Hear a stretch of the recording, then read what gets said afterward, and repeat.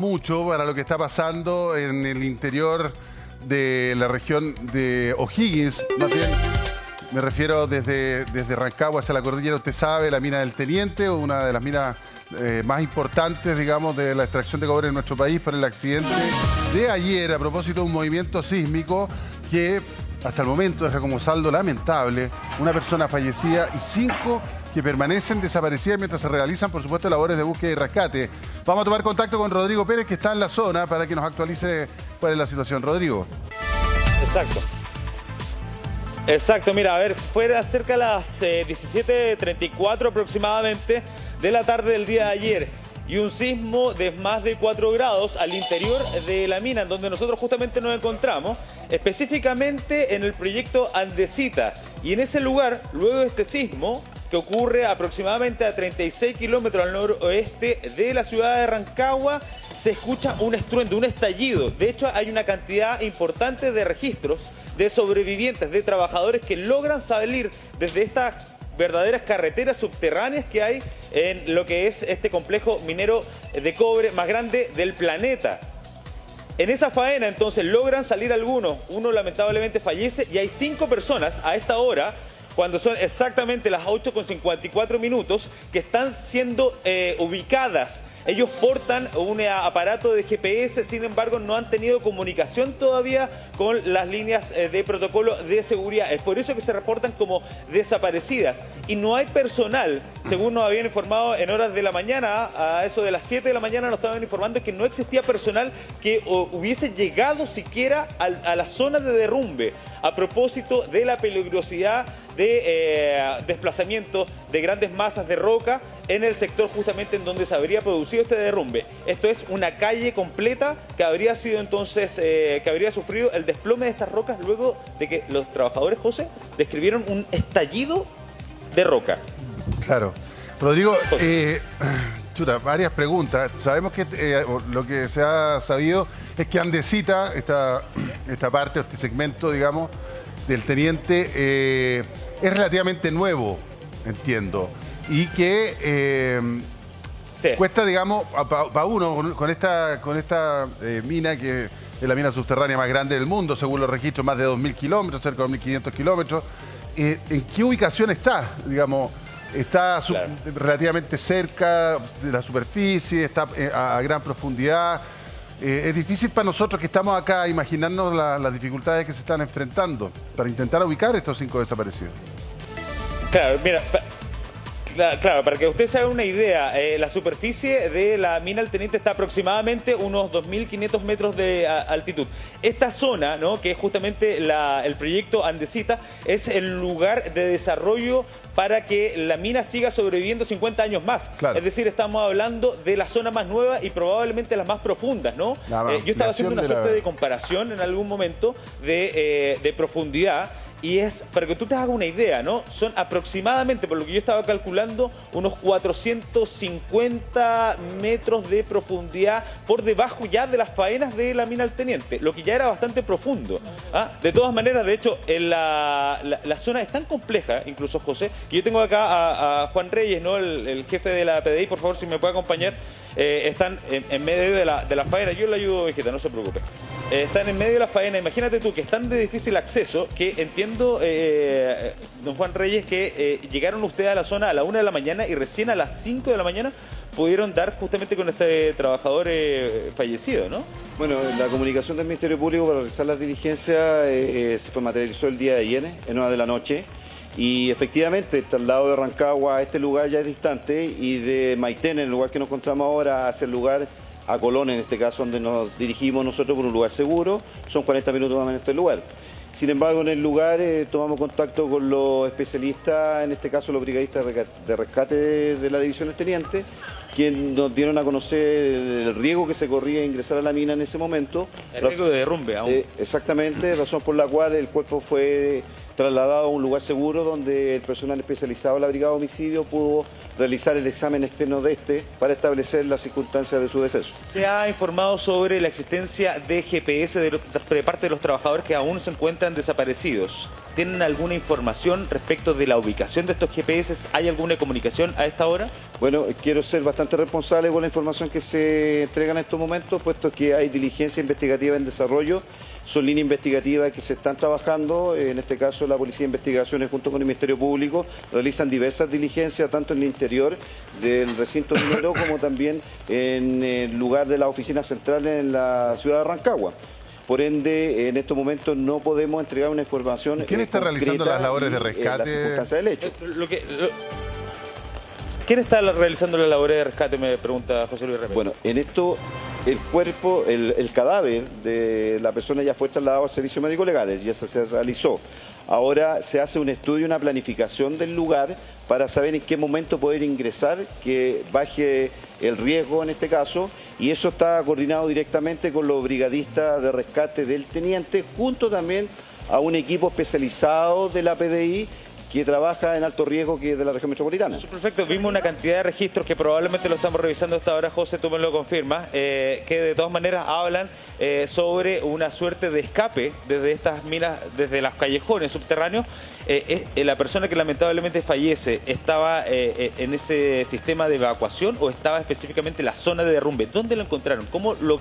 Acá el lugar afectado son dos zonas específicamente, una donde se encontró la persona fallecida y otra donde se encuentran las 5 personas desaparecidas. Son lugares distintos. Son lugares distintos, por ende el riesgo es diferente en uno del otro.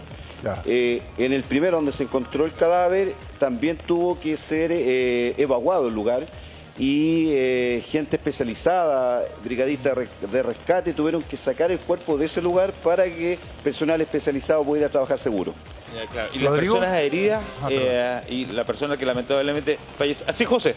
Dígame. Es interesante lo que está planteando porque lo que no hemos dimensionado aún es el tamaño de la fractura, el tamaño del derrumbe.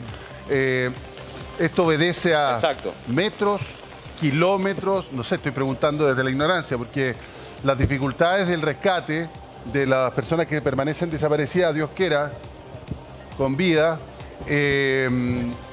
¿cómo se llama? Va a depender también la dificultad del tamaño del derrumbe o de la fractura. Estamos hablando de decenas de metros, de cientos de metros.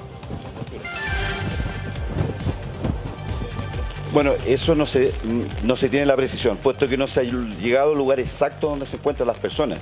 Y todo esto es por el inminente peligro de derrumbe. Es más que todo es resguardar la integridad de las personas que participan en esta pericia y también en todo el trabajo que están comentando el Ministerio Público. Mira, lamentablemente tenemos una gran coincidencia. Ustedes se recordarán, ¿no? Justamente de la mina San José. Sí, perdón, te escucho.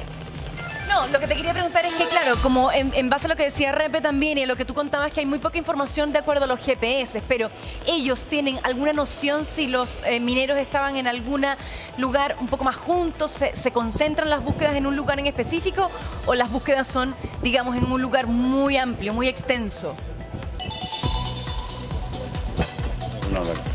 A ver, de partida se realizan diligencias para buscar en un sector donde estas personas se encontraban trabajando. Perfecto. Y ese sector es amplio.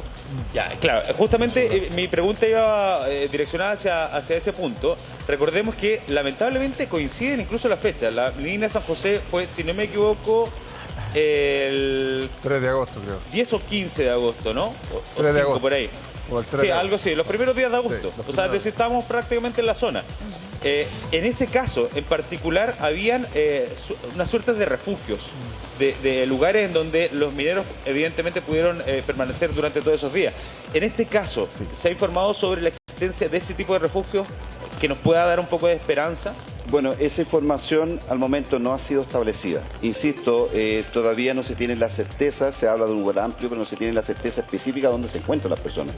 Eso lo vamos a confirmar una vez que se puedan bajar los equipos al lugar, cuando baje el riesgo de la integridad de los equipos que están trabajando. Bueno, y ahora yo sé que también se tiene que dirigir hasta la ciudad de Rancagua, ¿no? Exactamente, sí, seguimos realizando diligencia en la ciudad de Rancagua, así que agradezco el tiempo, pero tengo que retirar. Sí, no, sí, lo sé. Muchas gracias, subprefecto Juan Reyes, muchas gracias, muy amable. Rodrigo. A ver, José, mira, claro, la verdad es que la información es muy poca, preliminar hasta ahora. Sí. Mira, tenemos declaraciones de Andrés Music, disculpa Rodrigo, que es de Codelco, a ver, lo escuchamos. Es difícil, pero estas 48 horas son vitales. ¿Y cuál es el estado de salud? A ver, hay muchas preguntas, el gerente general se va, está el gobernador todavía acá. Gobernador, bueno, si es que podemos seguir conversando con el gobernador de la región de O'Higgins, la situación que usted maneja hasta este momento y los trabajos que se están realizando en la mina particularmente. Sí, la información que ha entregado el gerente general del teniente, ya ha estado trabajando desde ayer, desde el momento que se inició este accidente. Un paso más adelante. Nos contaba, gobernador, sobre los trabajos ahora. Sí, bueno, lo que ha informado el gerente, sabemos que hay un gran contingente que está trabajando en el rescate de estas 5 personas desaparecidas. Hemos sido muy respetuosos del procedimiento que está haciendo el teniente. El teniente tiene una política de seguridad con los trabajadores que es constante, pero tal como decía el gerente, los eventos sísmicos se producen permanentemente en el teniente y ayer fue de una magnitud, ¿no es cierto?, que provocó este deslizamiento. Así que esperamos y rogamos, ¿no es cierto?, que efectivamente estas 5 personas sean rescatadas, ojalá con vida y en buenas condiciones, y tenemos que esperar, ¿no es cierto?, lo que nos va a señalar la mina. Es conocer la mina es súper complicado, es como un queso suizo lleno de túneles, en general creo que son más de 1000 kilómetros de distintos túneles, por lo tanto es muy riesgoso cualquier labor, por lo tanto lo que ha señalado que se va a hacer vía maquinaria con remoto y eso es lo que va a Pero hacer. ya hay certezas del punto específico en donde se encuentran estos 5 trabajadores. Sí, es lo que ha señalado el gerente, que ellos tienen un sistema que permite ubicarlo, ¿no es cierto?, dónde están.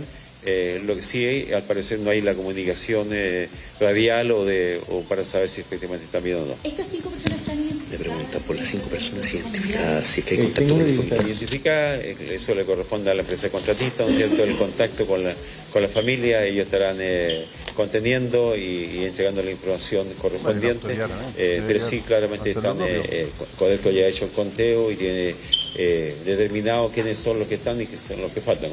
Es una labor que igual es compleja, tal como decía el gerente, había 2.500 personas dentro de la mina que había que evacuar y censar. ¿Conoce, gobernador, el estado de los trabajadores que resultaron lesionados? La información que tenemos es que hay uno que tiene fractura y los otros son lesiones leves que han sido atendidos en distintos centros de salud. Son 9, ¿no? Son 9. No, son 9 los heridos, no hay ningún en riesgo vital. Al parecer el que tiene mayor complicaciones es una fractura y los otros son todas lesiones leves. Grave decía la verdad. Le preguntan sobre las personas atrapadas que estarían en una zona de seguridad. Eso la información fue que la que entregó el gerente y saben dónde está. Las galerías son inmensas ya, por lo tanto hay varias zonas de seguridad dentro pero no sabemos dónde cayó el planchón y cómo es la condición en que están los trabajadores. Sí que están atrapados, ¿no es cierto?, ubicados, pero no hay comunicación. ¿La edad de La edad. No, la edad no sé, ni tampoco los nombres o de qué lugar son. Así que es la información que ha entregado el gerente y que vamos a estar conversando cuando estamos conversando de él. Son de una empresa que le presta servicios a Codelco, ¿no? Sí, son empresas contratistas. ¿Cuál es el nombre de la empresa? No lo tengo claro, en Gardenis parece que sí. Ya, bueno, sabemos que es de una empresa contratista, que ahí el gobernador, ¿cierto?, dice que la empresa se está comunicando con la familia. Yo también creo que es prudente que la autoridad se comunique con la familia, con las familias, porque Algunos son de la no es zona, solamente el tema de algunos son empresa de la aquí. región de O'Higgins y otros no son de la región de O'Higgins. Y lo otro, Hay un tema grave, perdón que te interrumpa, Anita. Hoy día en la mañana, Carabineros de Chile emitió un informe preliminar donde dio por presuntamente fallecidas a las 6 personas. Tuvo que salir la PDI a corregir la información de Carabineros. Imagínense las familias que estaban recibiendo esa información. Yo creo que es importante que resaltemos que esta versión, la última que hemos escuchado de la PDI y también del gobernador y el gerente de Codelco ahora, es la versión oficial. Hay 5 mineros desaparecidos con los que no hay comunicación, porque aún hay portales que tienen en titular la información que entregó Carabinero hace un ratito nada más. o sea, esperemos encontrarlos con vida, porque lo que decía era bien interesante, que es como un queso suizo, o sea, que eran más de 1000 kilómetros de túneles, es un lugar complejo, pero dijo que tiene varias zonas de seguridad, o sea, podríamos entender que son varios refugios también, que podrían estar ojalá en algún refugio. Ya hay protocolos, y ¿sabes lo que pasa? Sí. A ver, a mí hay una cuestión que me yo sé que los accidentes ocurren, que se dio todo el cuento, Ahora, la minería del cobre, especialmente, o cualquier minería, pero la minería del cobre, que es lo que nos atañe, tiene altísimos estándares de seguridad. Sí. O sea, la seguridad es donde invierten más, por decirlo de alguna manera, para que quede claro. Y para ellos, accidentes cero y sobre todo muerte cero es, digamos, una meta a cumplir tanto como la cantidad de toneladas de cobre.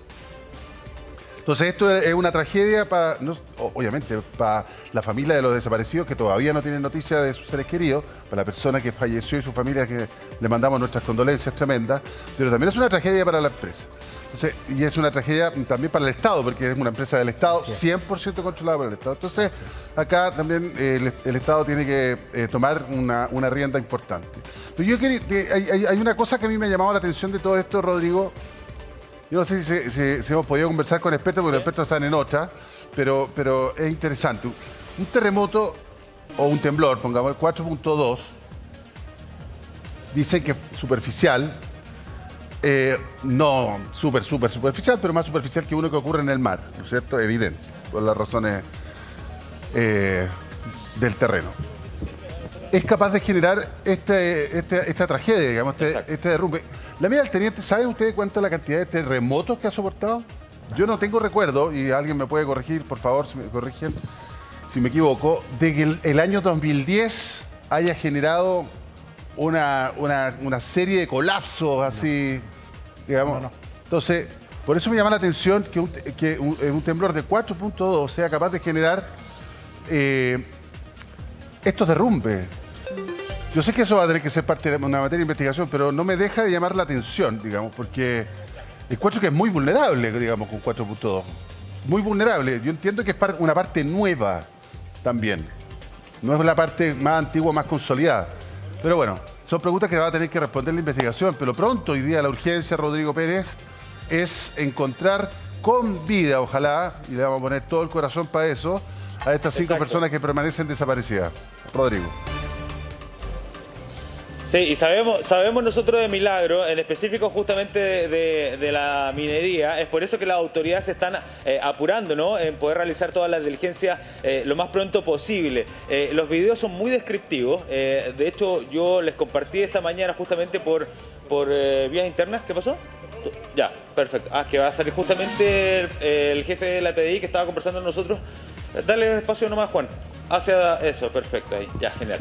Están, como te digo yo, ¿no?, trabajando de manera muy acelerada todos los organismos, la Policía de Investigaciones, Carabineros, evidentemente. La misma compañía también ya se puso justamente en comunicación con las propias familias desde muy temprano ayer en la tarde. Recordemos que esto pasa en la tarde de ayer, a las 17:34 horas específicamente. Y en ese contexto entonces se produce este sismo a, como te decía yo, 36 kilómetros al noroeste de la ciudad de Rancagua. Muy cerca además de la municipalidad de Machalí. Se percibió el sismo, de hecho, en la municipalidad de Machalí, según me comentaba el alcalde. Y nadie esperaba que esto ocurriera. Porque como tú bien lo decías, sismos habían existido, y a ¿no? cada rato. Somos un país sísmico con 4.3, la verdad es prácticamente cotidiano, claro. Pero en este caso describían un estallido de roca. Hay un video en particular que yo le compartí justamente a nuestro editor Mauro Can, que es el relato de uno de los trabajadores mientras comienzan a salir entre medio del humo, de la poca visión que tenían en estas prácticamente carreteras subterráneas que existen, y comienzan entonces a preguntarse entre ellos, ¿cómo están? ¿Están bien? Y comienzan luego de eso a enumerarse. Cuando se logran enumerar todos y reunir todos, se dan cuenta que habían 5 trabajadores que faltaban. Estos 5 trabajadores sabemos que cuentan con un mecanismo GPS, pero aún no han tomado contacto con el sistema de seguridad. El protocolo de seguridad es muy estricto, muy claro. En este caso todavía no han logrado tomar contacto. Pueden tener eventualmente problemas de señal. Esperemos que sea así. Y estas galerías subterráneas, ya lo sabemos, tienen refugio.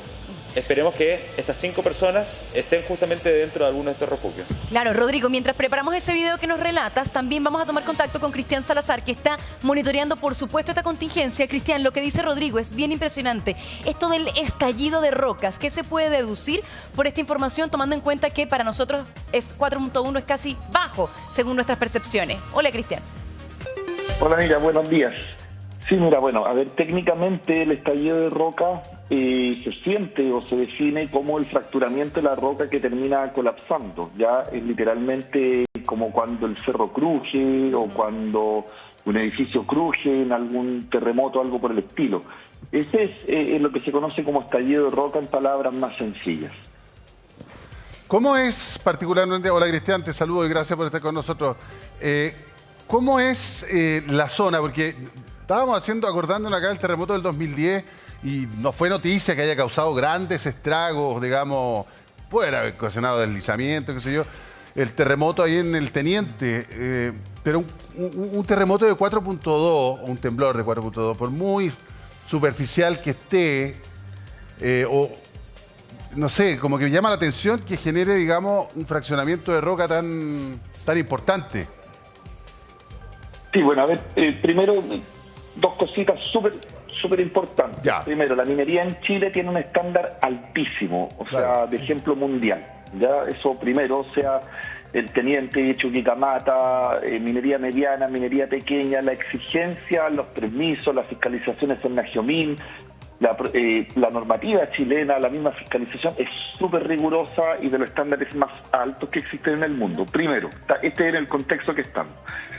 Segundo, la mina del Teniente es una de las minas subterráneas más grandes del mundo, en donde si nos imaginamos un cerro, el sistema de explotación que tiene, técnicamente se llama room and pillar, que quiere decir tú vas haciendo como piezas dentro del cerro, como caserones, como habitaciones, y los pilares del edificio son la misma roca del cerro.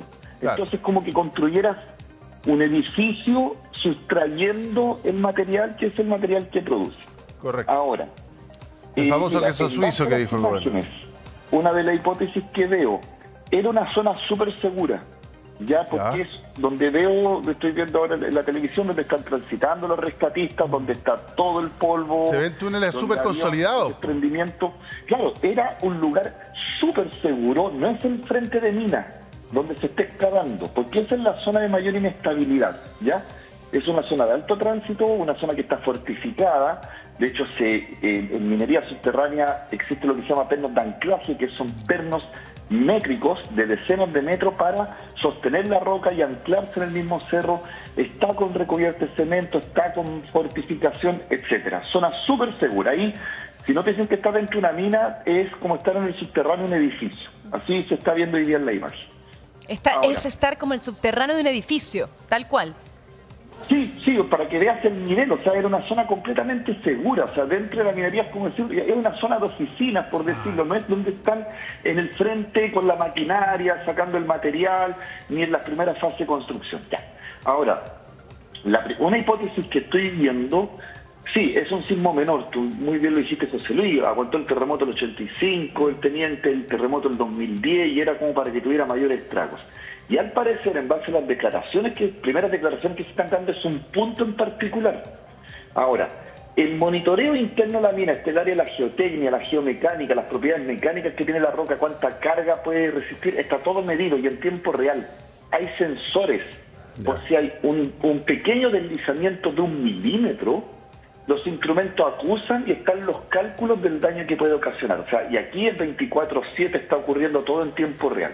Entonces, a lo que voy, al parecer es algo realmente fortuito que escapa, porque si hubiera sido toda una zona débil y por un sismo habríamos tenido una problemática mayor envergadura. Y esto es muy particular, parece que es una zona muy pequeña, dentro de la envergadura de la mina del Teniente. Es una empresa de montaje, o sea, eran obras, digamos, menores, no eran obras para sostener sostener la fortificación de la mina.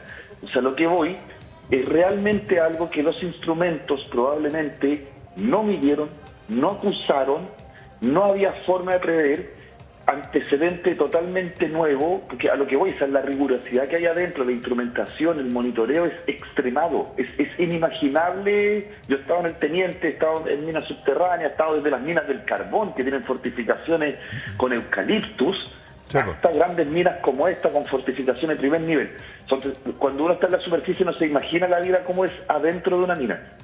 Entonces, primero una hipótesis, esto es algo muy particular que yo creo que está fuera del alcance de los instrumentos tal vez acusaron en el mismo segundo, ocurren desprendimientos, sobre todo en las zonas inestables, en las zonas que están abriendo frente a minas, donde no hay gente, donde sí se toman todas las precauciones. Entonces aquí hay particularidades que llaman la atención. Era una zona muy segura y una zona fortificada. Entonces, ¿por qué ocurrió?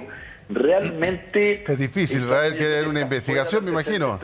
Serna Geomín va a tener que hacer la pega y va a tener que investigar. Te quería preguntar, ocurre este derrumbe, esta explosión, lo que aún no tenemos claro, que nos tendrán que explicar después. El ingreso para el rescate, ¿qué es lo urgente hoy día?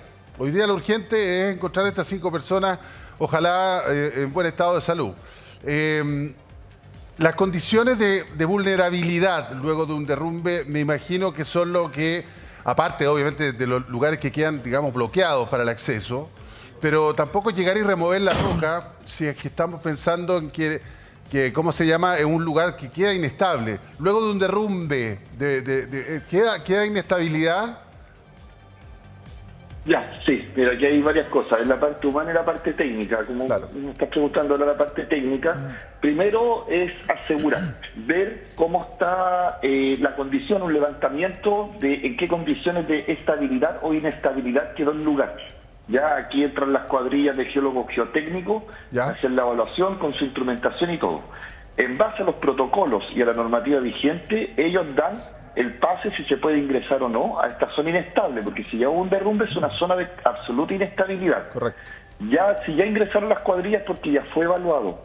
Ahora, posteriormente viene la remoción, que es un trabajo muy complejo. Y delicado. Pieza, ya sea maquinaria o roca que cayó, y estar, digamos, prácticamente centímetro a centímetro, monitoreando y evaluando si se avanza un centímetro, si se avanza un metro en el rescate, en qué condiciones de estabilidad.